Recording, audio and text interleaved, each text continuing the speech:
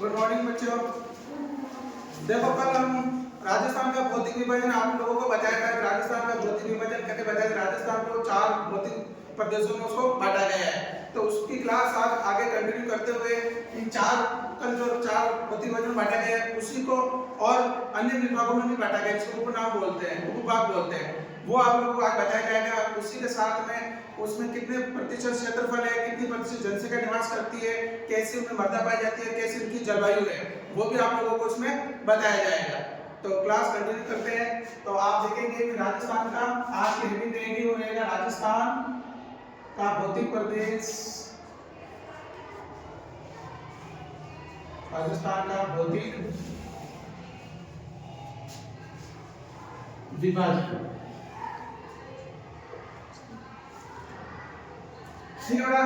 तो राजस्थान का भौतिक विभाजन पढ़ाएंगे। उसमें कल आप लोगों को बताया राजस्थान को 4 भौतिक भागों में बांटा गया है। पहला है पश्चिमी मरुस्थल,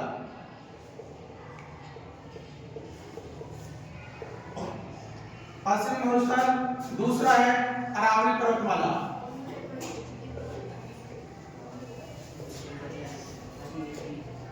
अरावली पर्वतमाला। तीसरा है पूर्वी मैदान,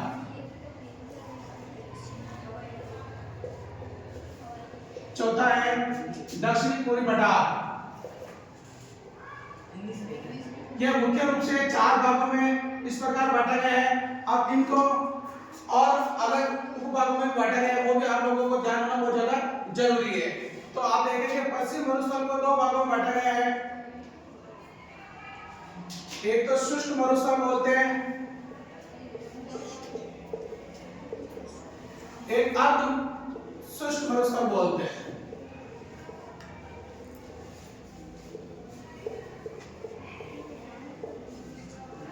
अब शुष्क मरुस्थल को भी 2 भागों में बांटा गया है, वो भी आप लोगों को बता देता हूं मैं। एक होता है बालू का स्तूप युग, बालू का स्तूप। अब ये बालू का स्तूप क्या है आप लोगों को बता दूं, रेत के ढोरे हैं। क्या है? रेत के ढोरे, रेत के टीले हैं। जब वायु तेज गति से चलती है तो पश्चिम इलाकों में रेत बहुत ज्यादा है, तो वो अपने साथ रेत को उड़ाती लेके जाती है और जहां वायु की गति कम होती है वहां उनको जमा देती है। तो आपने देखा रेगिस्तान में जगह जगह रेत के जो ढेर लगे होते हैं, ढोरे होते हैं, उनको बालू का स्तूप बोला जाता है। तो पश्चिमी मरुस्थल पूरा रेतीली मरुस्थल है, तो वो 2 भागों में बांटा गया, शुष्क और अशुष्क। तो शुष्क में क्या है? बालू का स्तूप। अभी मैंने आपको बताया रेत के ढोरे।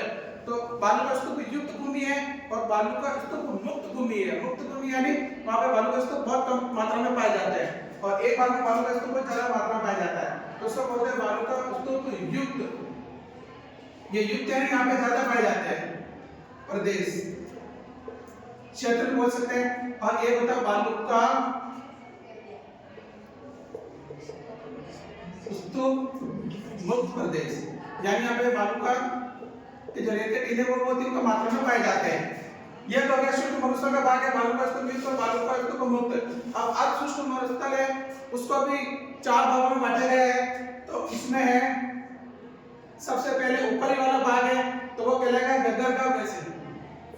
गग्गर बेसिन यानी गग्गर नदी निकलती है यहां से। उसके बाद में आता है शेखावटी अंतर्प्रवाह। शेखावटी प्रदेश की जो नदियां है, जो जल प्रवाह है, वो इस इलाके में आएगा। उसके बाद में है गग्गर बेसिन आ गया, शेखावटी प्रदेश आ गया। उसके बाद में आएगा नागौरी उच्च भूमि, नागौरी उच्च भूमि। उसके बाद में आएगा लूणी प्रदेश। लूणी जो नदी बहती है उनका प्रवाह क्षेत्र बोल सकते हैं आप, या बेसिन बोल सकते हैं। ठीक है। इनको 4 भागों में बांटा गया है अर्धशुष्क मरुस्थल को। अब उसके बाद में आता है अरावली पर्वतमाला। अरावली पर्वतमाला को भी 3 भागों में बांटा गया है। सबसे ऊपर वाली अरावली पर्वतमाला आप लोगों को ऐसा बताया कि पश्चिम से दिशा थी उसकी और उत्तर पूर्व की ओर जा रही थी, तो अपन उत्तर पूर्व से नीचे की ओर आएंगे तो ऊपर की दिशा तो वो कहलाएगी उत्तरी पर्वतमाला, उत्तरी अरावली पर्वतमाला। और बीच वाली कहलाएगी मध्य, बीच में इसलिए मध्य अरावली। और सबसे नीचे है वो दक्षिण दिशा में, इसलिए इसको दक्षिण अरावली बोलेंगे। अब उसके बाद में आता है पूर्वी मैदान, जो नासिक नगर का पूर्व दिशा में है। उनमें क्या है कि मैदानी भाग है। मैदानी भाग कैसे बनता है? नदियों के द्वारा। नदियां जब अपना जल लाकर मिट्टी को बिछा देती थी उसको क्या बोलते हैं? मैदानी भाग। उनको भी कितने भागों में बांटा गया है? यहाँ पे देखो सबसे पहले आएगी माही नदी। तो माही नदी देखिए इसलिए इसका माही बेसिन। बेसिन किसको बोलते हैं? जब नदियां मैदानों में जब चलती है उनका जो क्षेत्र होता है उसको बेसिन बोलते हैं। तो माही बेसिन हो गया। उसके बाद में बनास बेसिन, चंबल नदी, तो चंबल बेसिन और बाणगंगा। ये नदियां यहाँ पे ज्यादा बहती है इसलिए मैदानी भाग कहलाता है और यहाँ की ज्यादा जनसंख्या निवास करती है। वो आगे इसका अलग आपको बताऊंगा। उसके बाद दक्षिण पूर्वी पठार, उनको भी दो भागों में बांटा गया है। एक है विंध्याचल पठार और एक है हड़ौती का पठार। इनको ये दो भागों में बांटा गया है। ठीक है बेटा, अब आप लोग समझ जाओगे राजस्थान का भौतिक विभाजन चार भागों में बांटा गया है और चारों के उपभाग किए गए वो मैंने आप लोगों को बता दिए है। अब इसके अलावा मैं आप लोगों को इसको बताता हूँ इसको इनका कितना क्षेत्रफल है, यहाँ पर कितनी प्रतिशत जनसंख्या निवास करती है, यहाँ की मिट्टी कैसी है, मृदा कैसी है और यहाँ की जलवायु कैसी है। पश्चिमी मरुस्थल का क्षेत्रफल है वो है 61.11% और अरावली पर्वतमाला का जो क्षेत्रफल है और राजस्थान में वो कितना है? तो वो है 9% और पूरी मैदान है उसका क्षेत्रफल कितना है? तो वो है 23% और दक्षिणी पूर्वी जो पठार है उसका क्षेत्रफल कितना है? 6.87%। अब इन पे देखो जनसंख्या कितनी निवास करती है? तो 61.11 क्षेत्रफल में 40% जनसंख्या निवास करती है, 9% क्षेत्रफल में 10% जनसंख्या निवास करती है, 23% पूरे मैदान जो क्षेत्रफल है उसमें 39% जनसंख्या निवास करती है और 6.87 में 7% जनसंख्या निवास करती है। सबसे ज्यादा कहाँ निवास कर रही है? मरुस्थलीय क्षेत्रफल में ज्यादा है ये 40%, लेकिन यहाँ पे देखो 23% ही क्षेत्रफल है फिर भी 39% जनसंख्या निवास करती है क्योंकि मैदानी भाग है। मैदानों में कृषि अच्छी होती है, जल उपलब्ध होता है इसलिए ज्यादा जनसंख्या यहाँ पे निवास करती है। और ये कठोर भाग है, पठारी भाग इसलिए यहाँ पे जनसंख्या कम है।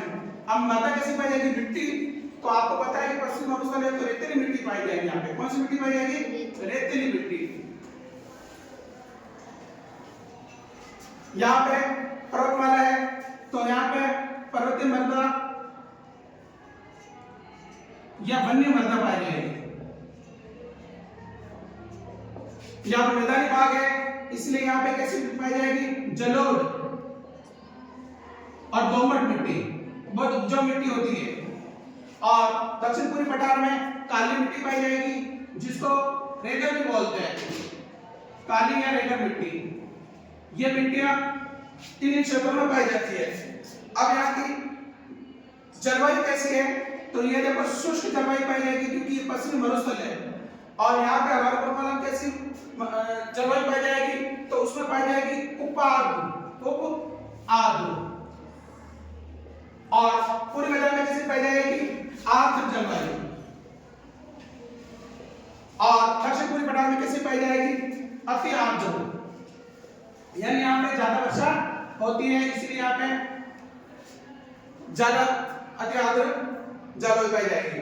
इसी प्रकार आपने देखा राजस्थान का भौतिक विभाजन को चार भागों में बांटा गया है और चारों में फिर पश्चिम मरुस्थल दो भागों में बांटा गया है।